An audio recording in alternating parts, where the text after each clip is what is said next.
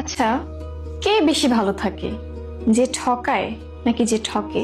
সেই সকল চিটার বাটপার প্রতারণাকারী মানুষ ঠকানো মানুষ, শুনে রাখো, দুনিয়াতে তাৎক্ষণিকভাবে তুমি কারো টাকা মেরে দিলে, কারো মন নিয়ে খেললে, কাউকে প্রতিজ্ঞা করলে এবং সেটা রাখলে না, কোন একটা মানুষকে কাঁদাইলে, রেখে চলে গেলে, একসাথে থাকার কথা বলে মাঝপথে ছেড়ে চলে গেলে, সেই সকল মানুষ কান খাড়া করে শোনো, তাৎক্ষণিকভাবে সেই মুহূর্তে তুমি ঠিকঠাক জিতে যাবা, তবে তকদির, ভাগ্যের কাছে এবং উপরওয়ালার কাছে তুমি হেরে যাবে।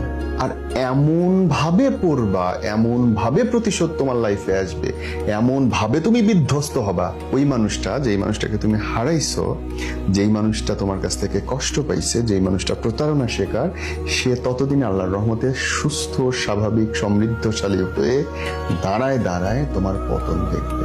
সো যারা ঠকাচ্ছ, সাবধান। যাকে ঠকানো হয় জিতে যায় সে, যে ঠকায় নিয়তির কাছে হার সবসময় তারই হবে।